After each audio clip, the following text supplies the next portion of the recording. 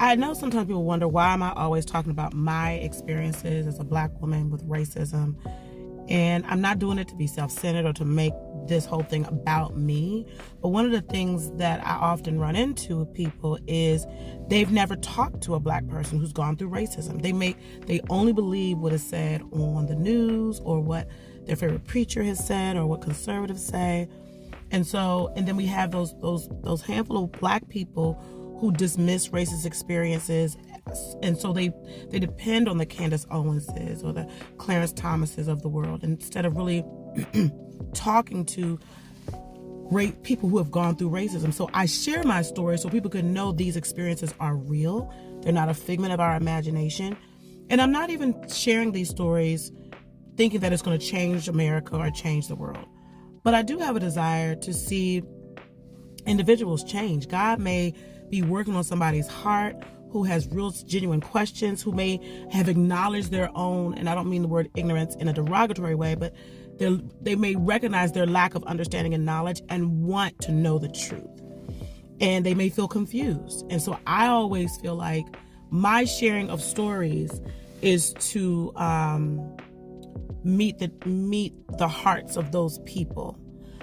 So I'm going to share another story I've had to show you can see the importance of the laws and legislations and programs that have been created in America to really try to end the Jim Crow mentality or the white supremacist mentality or the racist mentality that has continued to, like a cancerous plague, spread and be present in America's DNA.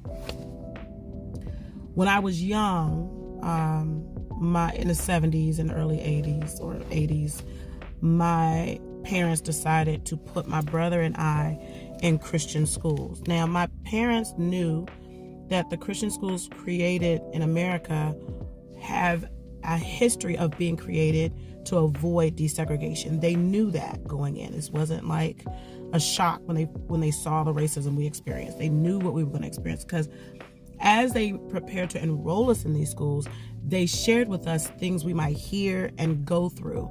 But they wanted us to understand that due to civil rights, we as a people have a right to go anywhere. And they kind of used us as a protest against white churches' desire to use the Bible as justification for not integrating. And so they put us in all white Christian schools. Many times my brother and I were the only Black kids in the school, or the class at least. And they put us in this school that was an hour. We lived in DC, so they drove an hour. And the thing about it is this school used to be located close. It was close to DC. It was in Maryland, but close to DC. But when Black people started attending, they moved their campus all the way out to some like farmy, landish type area that was not close to public transportation. Hello. So that it would make it hard for us to go there because by law they had to allow Black people to attend their school. And so we went out there and we enrolled along with a small group of other Black families. We enrolled in that school way out. I'm not going to name names because it's a really lovely place. And after some years of dealing with racism, it became a much better place. So I don't want to call names, but this is a real story. And there were others who went there who could testify to this. And so we went, a group of us, and you could tell that the white leadership did not want us there. It was attached to a church. And I remember meeting the pastor, and he would not speak to us, and just angry. He looked at us like, "I wish you could not have to be here." The pastor, and I'll never forget it. And I remember when I would try to speak to him sometimes, but he just would turn his head and not speak. Anyway, but they had to let us in constitutionally, legislatively. They had to let us in. So we were there for a little bit, and then we got this letter in the mail where they expelled every single Black student in the school. Every single Black student in the school was expelled. This was in the 80s. This was in the mid 80s that this was happening. They expelled I was in 7th grade at the time, so it's not that long ago. This is after King has passed away. The civil rights law has been passed, right? We think we've come a long way. And they expelled all the black students. And I remember seeing my fellow classmates crying. I remember seeing a student who had been on the honor society, right? He was wondering, like, why? How did I get expelled? And my brother and I had never done anything wrong. We'd never even been in detention. So we didn't understand. Now, why am I telling you this story? Because the legislation and programs that our government had put into place gave my mom and dad and all those other black families the tools they needed to protest that expulsion. And our families protested that expulsion using America's legislation. And they had to let us back in, and they did. And I graduated from that school. Now, there are black people hearing this saying, well, why would your parents keep you there? I'm so glad my parents did that, because what it taught me was I don't live under Jim Crow anymore. I can be wherever I want to be. I can go in an all-white space. I can go to an all-black church. I can go to an all-white church. I can go to an all-white school. Our kids are free. Jim Crow is over. And so after that, we stayed and we continued to go through a lot of heartbreaking things. I remember in chapel, my friends and I wanted to sing a gospel song in chapel. And we were told, gospel music is sinful. You are not allowed to sing your music in chapel. And again, we protested. We had the law on our side, the programs of America that had been created to end racism, white supremacy, and Jim Crow.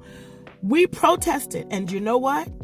Me and my friends performed the first gospel song in chapel at that school. And from that point on, that school continued to have gospel choirs.